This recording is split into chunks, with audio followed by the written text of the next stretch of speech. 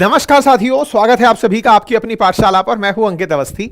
अक्सर जब इलेक्शन होते हैं उसके बाद में रिजल्ट आने को रुझान आना कहते हैं कि सब रिजल्ट आने शुरू होने वाले हैं, उससे पहले रुझान आने शुरू हो गए हैं। ऐसे ही ट्रंप ने हाल ही में शपथ ली है। पहला दिन हुआ, पहले दिन के अंदर ही उन्होंने आकर कहा कि हम तो पनामा कैनाल लेकर रहेंगे। उसके रुझान आने शुरू हो चुके हैं और उनके सबसे पहले रुझानों में रूस की तरफ से रुझान आए हैं। और उन रूसी रुझानों में जो आदमी पहले इनको बधाई दे रहा था कि ट्रंप भैया बधाई हो, तुम राष्ट्रपति की शपथ ले लिए हो, वो इनको धमकाना शुरू कर दिया है और कहा है कि देखो गलती से भी इसके हाथ मत लगाना। बाय द वे, मैंने अभी थोड़ी देर पहले अंकित इंस्पायर इंडिया पर सेशन किया था जिसमें ट्रंप की कंप्लीट शपथ कवर की थी। आप जाकर एक बार उसे भी देख लीजिएगा। उसमें मैंने बताया था कि उन्होंने क्या क्या अनाउंसमेंट्स किए हैं, किस तरह के उन्होंने साइन किए हैं। सारी बातें जो उन्होंने कल की हैं वो मैंने सारी की सारी यहां डाल दी हैं। ठीक है, आप जाकर उसे सुन लीजिएगा। फिलहाल के लिए हुआ यह है, पनामा कैनाल की जानकारी मैंने थोड़ी देर पहले भी दी थी, फिर से दे देता हूं। उस पर अब रुझान आने शुरू हो गए हैं, इनके डायलॉग के ऊपर रुझान आने शुरू हो गए हैं। और रुझान सबसे पहला आया है, रूस ने ट्रंप को वार्न कर दिया है कि अगर पनामा कैनाल छीनने का प्रयास किया तो अच्छा नहीं होगा। पॉलिटिको की यह खबर बनती है और हेडलाइन बन जाती है। फिलहाल के लिए यही खबर जो आपके सामने है, इसी को अब हम विस्तार से समझने वाले हैं पनामा के इतिहास के साथ। क्योंकि अल्टीमेटली जिसकी इतनी चर्चा हो रही हो, जिसको लेकर संभव है कि चीन अमेरिका, रशिया अमेरिका सब भिड़ सकते हैं, और पनामा का कॉन्फिडेंस देखो कि पनामा नाम का छोटू सा देश जिसकी आबादी 44 लाख है, वो छोटू सा देश अमेरिका को बोल रहा है कि भाई साहब हल्के में मत लेना, हम पनामा छोड़ने वाले नहीं हैं। तो पनामा को अमेरिका छीनना क्यों चाहता है? क्या पहले से उसका कोई कनेक्शन रहा है? और अगर नहीं छीनना चाहता है तो कनेक्शन वगैरह भी साइड में हटाओ, अल्टीमेटली अमेरिका का कनेक्शन क्या है उसके साथ? तो सारी बातें डिटेल से समझने का प्रयास करते हैं। ठीक है साहब, तो पनामा नहर जो है वो दुनिया के सबसे महंगे प्रोजेक्ट्स में काउंट किया जाने वाला ऐतिहासिक प्रोजेक्ट माना जाता है। ऐसा क्यों? असल में जब से इन्होंने इसके बारे में बोला कि हमारे से एक गलती हो गई थी 1977 में, पनामा क्या था कि अमेरिका के राष्ट्रपति हुआ करते थे कार्टर, उन्होंने पनामा कैनाल को पनामा नामक देश को हैंडओवर कर दिया था। बोले पनामा कैनाल को हैंडओवर कर दिया था, कोई ताजपोशी थी क्या जो दे दी थी? नहीं, होती तो असल में वो पनामा देश के अंदर से ही गुजरती थी, लेकिन अमेरिका कंट्रोल करता था उसको। कंट्रोल क्यों करता था? क्योंकि अमेरिका ने बनाई थी। कब बना ली? सन 1904 के आसपास ही अमेरिका बना चुका था और तब से उसका उपयोग कर रहा था। 1977 में उन्होंने उस बनी हुई कैनाल को पनामा देश को सौंप दिया कि तुम लोग खाओ कमाओ, इससे अपने देश के अंदर लोगों को रोजगार दो, बढ़िया रेवेन्यू जनरेट करो, कोई दिक्कत नहीं है, हम टैक्स भी देंगे। लेकिन 1977 में दिया गया यह काम 1999 में पूरी तरह हैंडओवर तक पहुंच गया।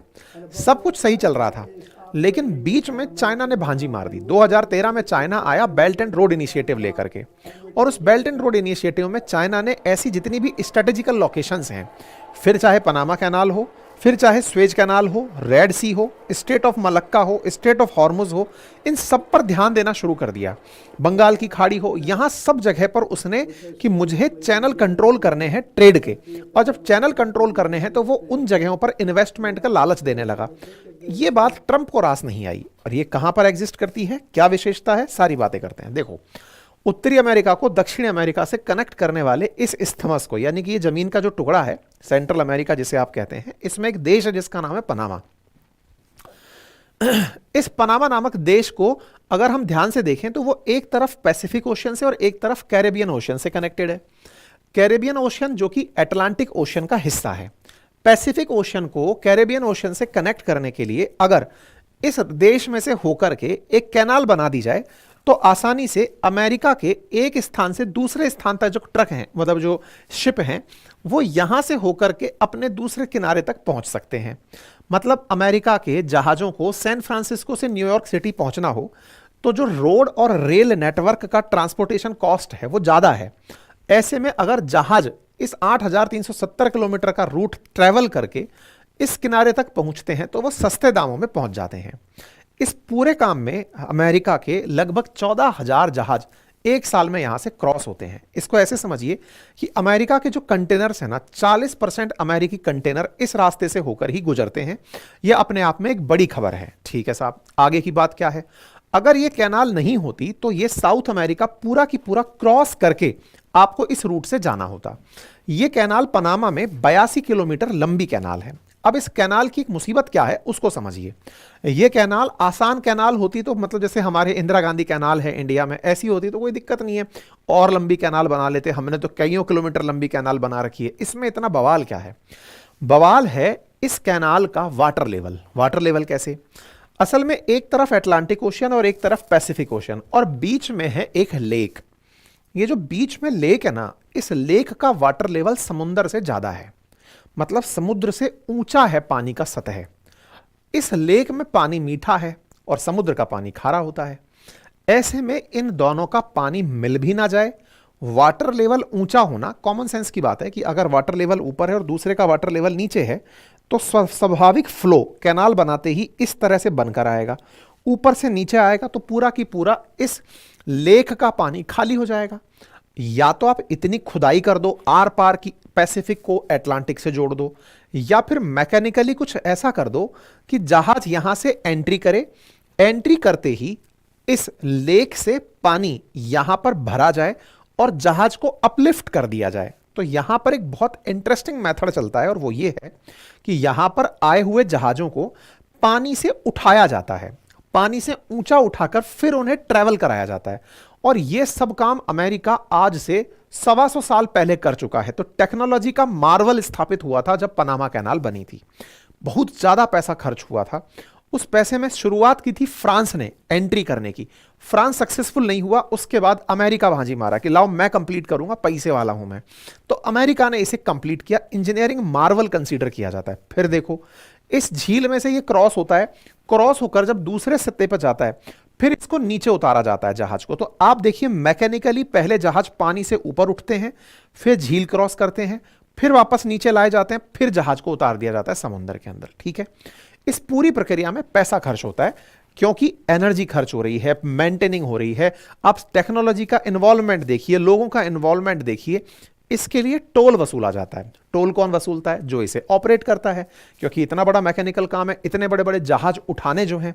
तो इसके अंदर जो टोल वसूली होती है ये पनामा नामक देश वसूलता है। कुछ इस प्रकार से जहाजों को लेवल कर करके चढ़ाया जाता है और ऐसे करके फिर इस लेक में, जिसका नाम गाटून लेक है, इसमें पहुंचाया जाता है। फिर यहां से पहुंचा करके फिर इनका जल स्तर घटाते घटाते पैसिफिक ओशन में लाया जाता है। ठीक है साहब, गाटून लेक क्रॉस कराने के लिए सारा काम होता है। अमेरिका का बड़ा सारा व्यापार इसी से होकर के होता है। ऐसे में अमेरिका ने इसको बनाया जब था, उसके बाद पनामा को इसे 1999 में सौंप दिया था। जिस एग्रीमेंट के थ्रू सौंपा था उसे टॉरिजॉस कार्टर ट्रीटी कहते हैं। टॉरिजॉस यहां के कमांडर हुआ करते थे पनामा के। कार्टर, जिमी कार्टर अमेरिका के राष्ट्रपति हुआ करते थे। इनके बीच एक एग्रीमेंट हुआ जिसके तहत इसे सौंपा गया। अमेरिका की आज भी जो ऑफिस ऑफ हिस्टोरियंस है उसमें इसका जिक्र है। टॉरिजॉस कार्टर एग्रीमेंट के तहत इसे सौंपा गया था। यह आर्काइव की वो तस्वीर है जिसमें पनामा को पनामा कैनाल सौंपी गई थी अमेरिकी राष्ट्रपति के द्वारा। यह तस्वीर आज भी याद रखी जाती है। खैर साहब, इस पनामा कैनाल को बनाने में बड़ा संघर्ष हुआ था। कहते हैं जिस जगह यह कैनाल है असल में उस जगह पर बहुत ज्यादा मॉस्किटोज का, कीट मच्छरों का टेंशन रहता है। मलेरिया यहां की बहुत बड़ी बीमारी है। ऐसे में क्या होता है, इस जगह पर मच्छरों के प्रभाव के चलते बहुत से लोग इस झील को बनाते बनाते मर गए थे, या फिर इस कैनाल को बनाते बनाते मर गए थे। कहा जाता है कि इस कैनाल को बनाने में लगभग 25,000 लोगों की मौत हुई थी, श्रमिकों की मौत हुई थी। इस कैनाल को बनाने में बहुत से लोगों का संघर्ष लगा। लगभग 37 करोड़ डॉलर उस समय पर खर्च हुए इस काम के लिए। ये जो तस्वीरें आप देख रहे हैं ये दर्शाती हैं कि बड़ा लेवल पर निवेश अमेरिका ने एक फ्यूचर को ध्यान में रखकर किया था। अब आप पूछेंगे ऐसा भी क्या था भाई इसमें? ऐसा क्या था? तो इसको यूं समझिए, एक समय पर जब ब्रिटेन पूरी दुनिया पर राज करता था, उसकी राज करने का जो सबसे बड़ा कारण था वो था उसकी समुद्री शक्ति, यानी कि पानी के माध्यम से लोगों पर पहुंच बनाने का जो उसका ताकत था, वही नेवल पावर था वो। अमेरिका भी अपने आप को नेवल पावर बनाना चाहता था और नेवल पावर बनाने के लिए वो एक ऐसा एग्जीक्यूटिव रूट चाहता था जिसके थ्रू दुनिया का ट्रेड हो और खुद के जहाज वहां से आसानी से निकले। अपना रास्ता बनाना चाहता था। अमेरिका ने यह काम किया और बकायदा इस काम को अंजाम देकर के पर्सनल तरीके से यह कैनाल लंबे समय तक ऑपरेट की। अब क्या है कि जब यह कैनाल अमेरिका ने पनामा को सौंप दी कि चलो भाई अब दुनिया, हमारे पास भी बहुत पैसा आ गया, अब इसको कब तक हम ऑपरेट करेंगे, चलो तुम लोग करो, तुम्हारे देश का हिस्सा है। तो अब स्थिति यह है कि पनामा देश का जो total non tax revenue generate होता है, यानी कि टैक्स के अतिरिक्त जो पनामा अपने देश में संसाधन के रूप में अर्निंग करता है, उसका 75% हिस्सा केवल और केवल या तो वो टैक्स से कमाते हैं या रेवेन्यू में सबसे बड़ा सोर्स जो है वो इनके पास इस समय पनामा कैनाल है। हर साल इस कैनाल से $2.5 बिलियन का टैक्स कलेक्शन होता है, टोल वसूली करता है पनामा देश। पनामा की जीडीपी जो कुल है उसका 3.5% केवल इस कैनाल से आया हुआ टोल है। यहां पर 55,000 नौकरियां इस देश की केवल इस कैनाल पर टिकी हैं। 2.9% लोग इसमें नौकरी मिलती है। सरकार की 23.6% कमाई जो है वो पनामा से होती है। तो एक प्रकार से पनामा कैनाल पनामा देश के लिए एक बहुत बड़ी मिसाल, बहुत बड़ी फायदे की चीज है। अमेरिका को क्या फायदा मिला? अमेरिका का ट्रेड यहां से आसानी से होता था, तो वो इससे बहुत बढ़िया पैसे कमा लेता था क्योंकि डीजल पेट्रोल का खर्चा बच गया। ट्रंप को दिक्कत क्या हुई फिर? ट्रंप को दिक्कत हुई इनके कारण। इनके कारण क्या? ये जनाब जब राष्ट्रपति बने चाइना के, इन्होंने अपनी पूंजीवादी ताकतों को बढ़ाने का प्रयास किया। इन्होंने साम्राज्य विस्तार के लिए दुनिया के सामने एक डेट ट्रैप डिप्लोमेसी का सिक्का फेंका, जिसमें इन्होंने किया ये कि लोगों से कहा कि आओ और हमसे उधार लो, और इस उधार में हम आपको बहुत ही कम दाम पर बहुत बड़ा इन्वेस्टमेंट देंगे।